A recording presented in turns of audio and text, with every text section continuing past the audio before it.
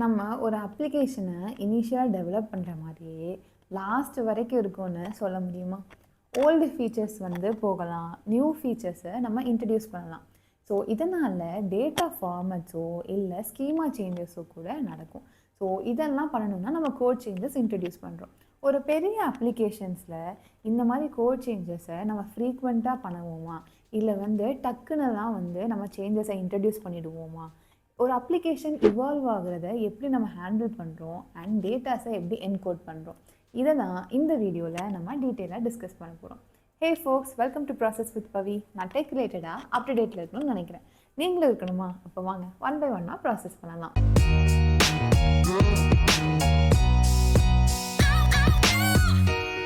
நம்ம new feature or schema சேஞ்சஸை server side, அதாவது பேக்எண்டில் ஆட் பண்ண போகிறோம் அப்படின்னா நம்ம ரோலிங் அப்கிரேட் தான் பண்ணணும். இதை ஸ்டேஜ்டு ரோல் அவுட் அப்படின்னு சொல்கிறாங்க. நம்ம சேஞ்சஸை எல்லா நோட்ஸ்லையும் டிப்ளாய் பண்ணாமல் ஃபஸ்ட்டு கொஞ்சம் நோட்ஸில் டிப்ளாய் பண்ணி அது எல்லாம் கரெக்டாக ஒர்க் ஆகுதான்னு டெஸ்ட் பண்ணிவிட்டு எல்லாம் கரெக்டாக இருந்துச்சு அப்படின்னா நெக்ஸ்ட்டு ஸ்லோவாக எல்லா நோட்ஸ்லையுமே நம்ம டிப்ளாய் பண்ணுவோம். ஸோ இந்த மாதிரி நம்ம டிப்ளாய் பண்ணுறதுனால எந்த டவுன் டைம் இல்லாமல் நியூ ஃபீச்சரை நம்ம இன்ட்ரடியூஸ் பண்ணிடலாம் அண்ட் அப்ளிகேஷன்ஸும் ஸ்மூத்தாக ரன் ஆகுது. ஸோ இதனால் நம்மளால் ஃப்ரீக்வெண்ட்டாக டிப்ளாய்மெண்ட்டும் பண்ண முடியும் அண்ட் அப்ளிகேஷனும் சூப்பராக இவால்வ் ஆகிக்கிட்டே வரும். நம்ம அப்ளிகேஷன் பெட்டராக இவால்வ் ஆகணும் அப்படின்னா அது காம்பேக்டபுளாக இருக்கணும். எந்த மாதிரி அப்படின்னா போத் டைரக்ஷன்ஸ், நம்ம இன்ட்ரடியூஸ் பண்ணுற நியூ ஃபீச்சர்ஸ் ஓல்டு அஃபெக்ட் பண்ணாத மாதிரியும் ஓல்டு ஃபீச்சரில் இருக்க டேட்டாவை நியூ ஃபீச்சர் ஆக்சஸ் பண்ணுற மாதிரியும் இருக்கணும். பேக்வேர்ட் காம்பேட்டபிலிட்டி, நியூ கோட்னால் ஓல்டு கோட் ஆட் பண்ண டேட்டாவை ஈஸியாக ரீட் பண்ணி அது ஸ்மூத்தாக ரன் ஆகுற மாதிரி இருக்கணும். அதே மாதிரி ஃபார்வேர்ட் காம்பேட்டபிலிட்டி, ஓல்டு கோட்னால் நியூ கோட் இன்ட்ரடியூஸ் பண்ண டேட்டாவை ஆக்சஸ் பண்ணி ஸ்மூத்தாக ரன் ஆகணும். இப்போது பேக்வேர்ட் காம்பேட்டபிலிட்டி ஈஸி, ஏன்னா ஓல்டு கோடோட ஸ்ட்ரக்சர் என்ன, டேட்டா ஃபார்மட்ஸ் என்னென்னு நமக்கு நல்லாவே தெரியும். ஸோ அது ரன் ஆகுற மாதிரி நம்ம கோட் பண்ணிக்கலாம். ஆனால் ஃபார்வேர்ட் காம்பேட்டபிலிட்டி கொஞ்சம் காம்ப்ளெக்ஸ் தான். ஏன்னா நியூ கோட் இன்ட்ரடியூஸ் பண்ணுற டேட்டாவை ஓல்டு கோட் இக்னோர் பண்ணணும். அப்போ தான் அதனால் ஸ்மூத்தாக ரன் பண்ண முடியும். ஏன்னா ஓல்டு வெர்ஷனில் நியூவர் ஃபீச்சர்ஸ் எதுவுமே இருக்காது. நம்ம ப்ரீவியஸாக ஒரு வீடியோவில் டிஸ்கஸ் பண்ண மாதிரி ஒவ்வொரு லெவல்லையும் டேட்டா டிஃப்ரெண்ட் ஃபார்மேட்ஸில் இருக்குது. ஸோ நம்ம இன்டர்னலாக அதை என்கோட் அண்ட் டீகோட் பண்ணுறோம். இன்மெமரியில் இருக்க டேட்டா ஒரு டேட்டா ஸ்ட்ரக்சராகவோ இல்லை ஜேசன் ஃபார்மேட்டாவோ இருக்கிறது டிஸ்கில் ஸ்டோர் பண்ணும்போது பைட்ஸாக கன்வெர்ட் ஆகுது. ஸோ இதுதான் நம்ம சீரியலைசேஷன்னு சொல்கிறோம். அது ஆப்போசிட்டாக பண்ணோம் அப்படின்னா அதை டீசீரியலைசேஷன் இல்லை பார்சிங்னு சொல்கிறோம்.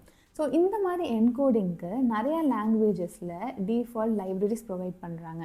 ஸோ அந்த பில்ட்-இன் ஃபீச்சர்ஸ் யூஸ் பண்ணோம் அப்படின்னா நம்ம என்கோடிங்கை ஈஸியாக இம்ப்ளிமெண்ட் பண்ணிடலாம். ஆனால் இதோட டிஸ்அட்வான்டேஜ் என்ன அப்படின்னா நம்ம என்கோடிங்கையும் லாங்குவேஜையும் டைப் பண்ணுறோம். ஸோ மற்ற லாங்குவேஜ் யூஸ் பண்ணி நீங்கள் ரீட் பண்ணணும் அப்படின்னா கொஞ்சம் காம்ப்ளெக்ஸ் ஆகுது. அதே மாதிரி forward compatibility and backward compatibility அவ்வளோ எஃபிஷியண்ட்டாக இல்லை அண்ட் சிபியூ யூட்டிலைசேஷனும் இன்னும் பெட்டராக இருக்கலாம். ஸோ இந்த மாதிரி இஷ்யூஸை அட்ரெஸ் பண்ணுறதுக்காக நம்ம ஸ்டாண்டர்டைஸ்ட் என்கோடிங் ஃபார்மட்ஸை இன்ட்ரடியூஸ் பண்ணுறாங்க.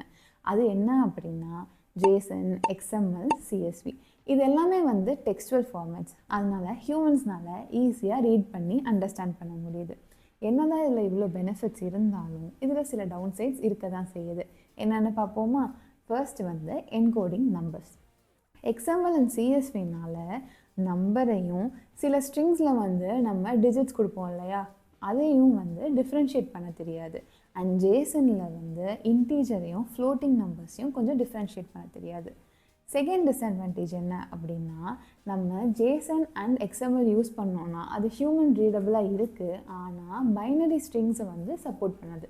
ஸோ இதை ஓவர் கம் பண்ணுறதுக்கு people JSON and XML use பண்ணாங்க அப்படின்னா பேஸ் 64 யூஸ் பண்ணி இன்டர்னலாக கன்வெர்ட் பண்ணிக்கிறாங்க. ஏன்னா பைனரி ஸ்ட்ரிங்ஸ் யூஸ் பண்ணுறது நிறையா பெனிஃபிட்ஸ் இருக்குது. நெக்ஸ்ட்டு டவுன் சைடு என்னென்னு பார்த்தீங்க அப்படின்னா சின்டாக்ஸ் காம்ப்ளெக்சிட்டி அண்ட் இதில் ஸ்கீமா ஆப்ஷனல். ஸோ இது பெனிஃபிட்டாகவும் இருக்குது சில சினாரியோஸில், சில டைம் ஹிண்டரன்ஸாகவும் இருக்குது. என்னதான் சில டிஸ்அட்வான்டேஜஸ் இருந்தாலும் இதை மல்டிபிள் லாங்குவேஜ்னால் ரீட் அண்ட் ரைட் பண்ண முடியும், என்கோட் அண்ட் டீகோட் பண்ணிக்கலாம். ஸோ அதனால் பெனிஃபிட்ஸ் இருக்க தான் செய்யுது. They are good enough for many purposes. உங்களோட ஆர்கனைசேஷனுக்குள்ளே இன்டர்னலாக நீங்கள் வந்து டேட்டாவை வந்து யூட்டிலைஸ் பண்ணுறீங்க அண்ட் எக்ஸ்டர்னலாக போகாது அப்படின்னா நீங்கள் பைனரி ஃபார்மேட்ஸை வந்து சூஸ் பண்ணலாம்.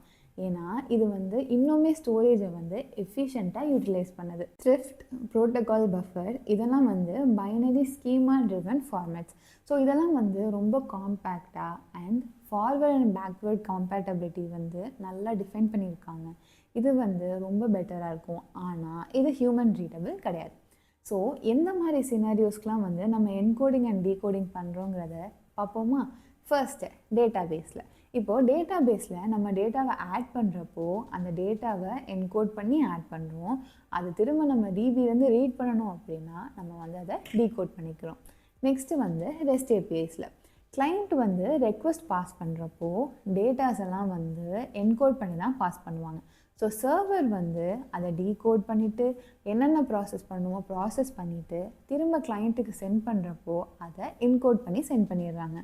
அதே மாதிரி தான் கிளைண்ட் வந்து என்கோட் ஆகி வந்த ரெஸ்பான்ஸையும் வந்து டீகோட் பண்ணி யூட்டிலைஸ் பண்ணிக்கிறாங்க. நெக்ஸ்ட்டு வந்து மெசேஜ் ப்ரோக்கர்ஸ்.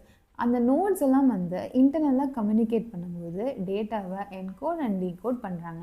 சென்டர் வந்து என்கோட் பண்ணி சென்ட் பண்ணுறாங்க, யூட்டிலைஸ் பண்ணுறவங்க வந்து அதை டீகோட் பண்ணி யூட்டிலைஸ் பண்ணிவிட்டு ப்ராசஸ் பண்ணிவிட்டு திரும்ப சென்ட் பண்ணுறப்போ என்கோட் பண்ணிக்கிறாங்க. ஸோ இந்த வீடியோவில் நம்ம டீட்டெயிலாக எப்படி வந்து என்கோடிங் ஒர்க் ஆகுது, என்ன மாதிரி ஃபார்மேட்ஸ் இருக்குதுன்னு டிஸ்கஸ் பண்ணியிருக்கோம். அண்ட் நியூ ஃபீச்சர் இன்ட்ரடியூஸ் பண்ணால் அது எப்படி வந்து அப்ளிகேஷன் இவால்வ் ஆகுது, எப்படி நம்ம டிப்ளாய் பண்ணுறோம் அப்படிங்கிறதும் பார்த்துருக்கோம்.